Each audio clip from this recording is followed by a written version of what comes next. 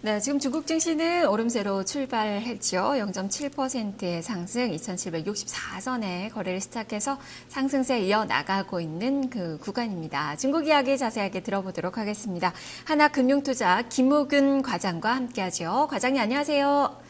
네, 안녕하십니까. 네, 춘제 이후에 정말 열흘 만에 개장이 됐던 어제 중국 증시 한 0.6% 정도 밀렸습니다. 이 그동안의 금융시장에 이 충격에 비한다면 상당히 선방했다고 좀 평가를 내릴 수 있을 것 같고요. 오늘 또 추가적으로 또 오름세를 기록을 하면서 시작을 하는 그 모습인데요. 중국 증시 분위기와 더불어서 향후 투자 포인트 좀 살펴주시죠.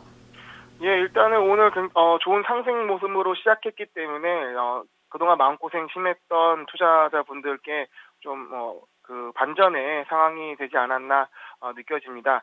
좀 긍정적으로 시장을 좀 볼 수 있어서 좋은 것 같고요. 일단 지난주의 시장을은 말씀드리도록 하겠습니다. 일단은 지난주는 춘절 연휴가 있었죠. 춘절 연휴로 인해서 홍콩 증시는 지난주 목요일에 개장을 했고 상해 증시는 어제 월요일 개장을 했습니다. 이로 인해서 홍콩 증시와 상해 증시의 흐름이 약간 상반된 모습을 보여줬는데요. 홍콩 증시 같은 경우는 목요일 개장 이후에 글로벌 시장의 움직임에 영향을 크게 받았는데 도이치방크발 위기설 그리고 유가의 추가 하락 또 일본 지수의 급락으로 인해서 조정으로 목금을 보냈습니다. 반면 상해는 금요일 미국장에서 유가가 급반등하면서 이 상승 반전된 글로벌 증시의 흐름에 따라 분위기가 전환되면서 소폭 하락으로 시작했지만 상승으로 마감된 모습을 보였습니다. 중국 A50 선물의 차트를 보시게 되면요. 중국 A50 같은 경우는 중국의 상해 50 종목, 대표적인 50 종목의 지수를 가지고 선물을 만든 선물 상품인데요. A50 선물의 30분 봉을 보게 되면 연휴를 포함해서 약 3주간 박스권 흐름을 보이고 있습니다. 이를 상해 종합 기준으로 대비했을 때 2,850선의 저항선이 돌파한다면 단기 상승 가능성을 좀 볼 수 있을 거라고 차트적으로 말씀을 드릴 수 있고요. 향후의 관전 포인트는 유가의 안정성이란 대외 변수 그리고 당국의 부양 정책에 의한 투신 변화 여부를 체크하시면 좋을 것 같습니다. 시진핑 정부는 최근에 강하게 하락한 증시를 부양하기 위해서 다양한 대비책을 내놓고 있는데요. 특별히 주목을 받는 것은 석탄이나 철강 같은 공급 가행의 기간 산업의 구조조정을 진행한다는 것이 있었고, 또한 부동산 부양책을 실시한다고 발표했는데, 자세한 내용은 이 구매 제한 지역 외에 부동산을 구매할 때 현금 비율을 25%에서 20%로 축소한다는 발표를 했습니다. 이렇듯 이제 부동산 부양책을 내놓으면서 부동산 업종 자체가 어느 정도 이제 수혜를 받을 것이 예상이 되고요. 그와 관련해서 오늘은 홍콩 거래 상장되는 항대 부동산을 소개해드리려고 합니다. 중국 정부에서도 뭐 금융시장을 안정시키려고 많이 좀 노력을 하는 것 같고요. 다만 이번 주에 거래 이 정지에서 벗어나는 그 종목군들이 중국 증시에는 많이 있습니다. 내일까지 한 27개 종목이 거래 정지가 이제 풀리게 되는데요. 그게 또 시장에 어떻게 영향을 주는지 여부 그리고 이번 주에는 또 18일 날 있을 물가지표 발표 이게 또 금융시장에서는 상당히 또 중요한 변수가 될 수 있기 때문에 중국 증시 움직임 보시면서 이 변수들 체크를 해보셔야 될 것 같습니다.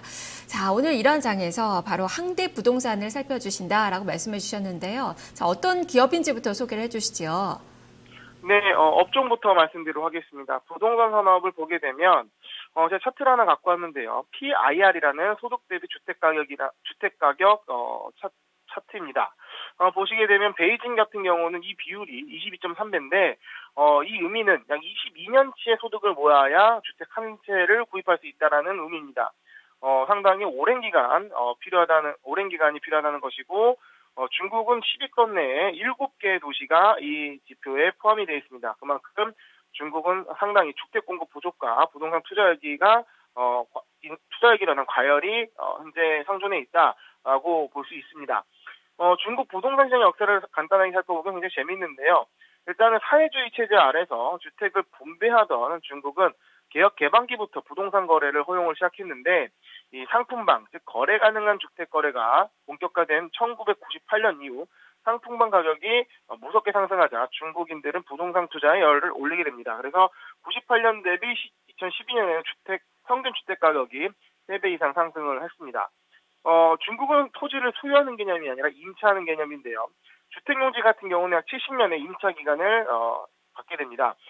부동산 상용가 시작된 98년 이래 아직 토지 임대 기간이 만료된 사례는 없기 때문에 어떻게 보면은 그냥 소유의 개념으로 이해하셔도 무방할 것 같습니다. 중국 정부는 부동산 가격이 상승할 때마다 상승 억제 정책을 펴왔는데요. 이런 과열에는 방지책을 폈지만 부동산은 계속 상승했습니다. 하지만 최근에는 공급 과잉에 대한 이슈가 불거지면서 오히려 부양책을 내놓고 있는 상황이다. 패러다임이 어느 정도 변화되었다라고 보시면 좋을 것 같습니다. 중국의 부동산 개발의 추이를 보게 되면 2008년 금융위기 이후에 중국 정부가 4조 위안을 투입한 이후 급속도로 성장해서 2년 만에 10%가 증가했고요. 이런 전국의 성장하는 경제를 전형적으로 반영하는 듯이 부동산 개발의 추이는 계속 지속적으로 늘고 있습니다. 이런 부동산 투자 개발 액들이 어느 쪽에 사용되는지 확인하게 되면 일단은 주택 부분이 72%로 가장 높은 비중을 차지하고 있는데요. 중국 같은 경우는 대도시 위주의 도시화가 진행됨에 따라서 대도시에 대한 주택 수요가 급증하고 있고 주택 위주의 부동산 개발과 가격 상승이 이루어지고 있다라고 이해하시면 좋을 것 같습니다. 그만큼 이제 중국은 지금 도시화가 진행이 되고 있고 이로 인해서 대도시 쪽에 지금 주택은 좀 많이 부족한 그 상황이고 그래서 수요가 많이 좀 늘어나고 있고 이런 추세는 당분간 좀 계속되고 있는데요. 될 것으로 보이는데요. 자, 그래서 항대 부동산을 좀 주목하시는 것 같습니다. 판매 이 면적 기준으로 최고의 중국에서의 그 1위를 달리는 그 회사가 아닐까 싶은데 홍콩 거래소에 상장된 그 기업이죠. 자세하게 소개를 해주시죠. 예, 부동산 업종 자체가 이런 정부 정책 수혜로 상승할 것이 예상이 되는 가운데, 많이, 들어보신 그 그 회사들이 있을 겁니다. 그 중에서, 이 항대부동산 같은 경우는, 브랜드 가치가 굉장히 뛰어난 회사인데요. 일단은 중국에서 판매 면적이 가장 큰 부동산 종합개발사라고 보시면 되고요. 대도시 지역에, 중심으로 지사가 설립되어 있습니다. 심천에 상장되어 있는 완커 그리고 상해 상장되어 있는 많이 아시는 보리부동산 이 두 기업은 국유 기업입니다. 하지만 항대 부동산 같은 경우는 홍콩거래 상장되어 있는 민간 기업이라는 큰 특성이 있고요. 많이 들어보셨을 겁니다. 광저우 헝다 중국의 최고의 축구 명가죠. 이 광저우 헝다의 구단주가 바로 이 헝다그룹입니다. 이 헝다그룹의 쉬자인 회장은 23년 연속 포브스 차이나가 발표한 중국 최고 자산가가 아니라 자산가 1위에 선정됐다는 것은 굉장히 도덕적으로도 브랜드 가치가 있는 기업으로 평가받을 수 있겠죠. 자산 규모는 1,790억 위안, 직원 수는 3만 명이고 이 중에 90%가 엔지니어 기술자, 관리자인 부학력자로 구성된 기업입니다.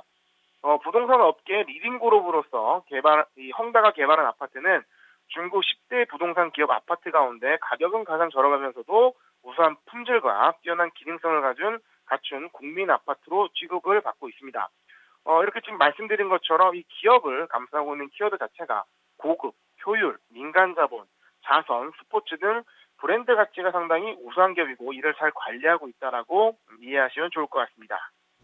네, 특히나 지금 분위기가 중국에서 경기 부양책이 계속 나오고 있고, 뭐 지준율 인하나 금리 인하에 대한 그 가능성도 불거지고 있어서 부동산 업체들에게는 좀 우호적인 환경이 좀 아닐까 싶은데요. 자, 그렇다면 투자를 어떻게 해야 되는지 투자 전략, 가격 전략도 말씀해 주시죠. 예, 이 헝다 부동산, 항대 부동산이라고도 하고요. 이 기업의 투자 포인트는 크게 두 가지로 잡을 수 있습니다. 일단은 오늘 소개해드렸던 계기도 이런 정부의 부동산 수요 부양 정책인데요. 최근에 발표한 주택 구매 시에 현금 보유 비중이 25%에서 20%로 하향됐다는 것 이외에 이전에 수요 부양책을 보게 되면 공공주택 기금 대출 한도를 상향을 했고 2주택 소유 선지급금을 하향하고 또 양도세 면제 해당 기간도 5년에서 2년으로 낮췄습니다. 그래서 주택 구매 시에 기간을 연장하고 총원가의 부담을 낮추면서 수요 부양 정책을 이끌었는데요.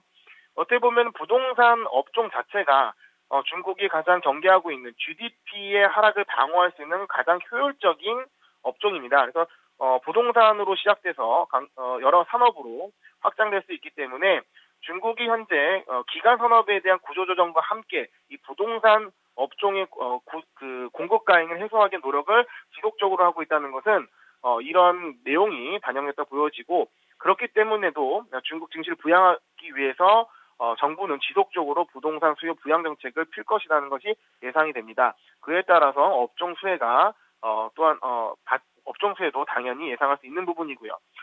두 번째는 좀 본질적인 부분인데요. 인민은행의 금리 인하 기조와 최근 지준율 인하가 지속적으로 이뤄졌고 이뤄질 것이라는 부분입니다.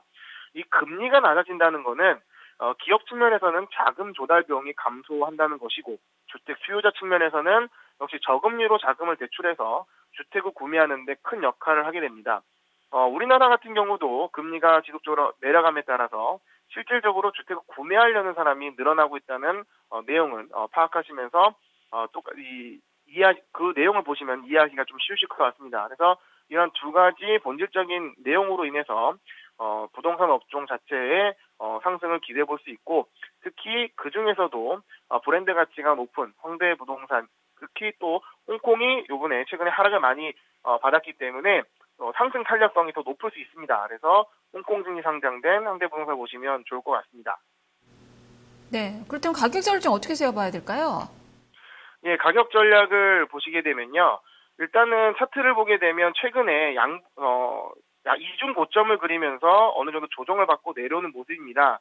하지만 홍콩 증시 H지수의 큰 하락에 비해서는 어느 정도 하방 경직성을 유지한 상황을 볼 수가 있는데요. 그리고 최근에 그 부동산 업종에 관련된 수혜 이슈로 인해서 탄력성 있게 상승하는 모습을 보이고 있는 상황입니다. 그래서 현재 가격 기준은 5 홍콩 달러 수준에서 진입을 한다고 가정했을 때 두 번의 이중 고점을 그린 6.75 위안 정도 수준에서 1차 목표가를 잡으면 좋을 것 같고요. 이게 두 번의 고점을 그린 저항대이기 때문에 이 저항대가 뚫리게 되면 좀 더 탄력적으로 상승할 수 있다는 점을 유념하시고 투자하면 좋을 것 같고, 그래도 어느 정도 지금 하락이 완전 반전된 것이 아니기 때문에 손절가는 좀 짧게 잡아서 4.27 위안 정도를 잡으시면 좋을 것 같습니다. 네, 알겠습니다. 말씀 잘 들었습니다. 네, 감사합니다. 네, 헬로차이나 오늘은 항대 부동산에 대해서 살펴봤습니다. 김호균 과장과 함께했습니다.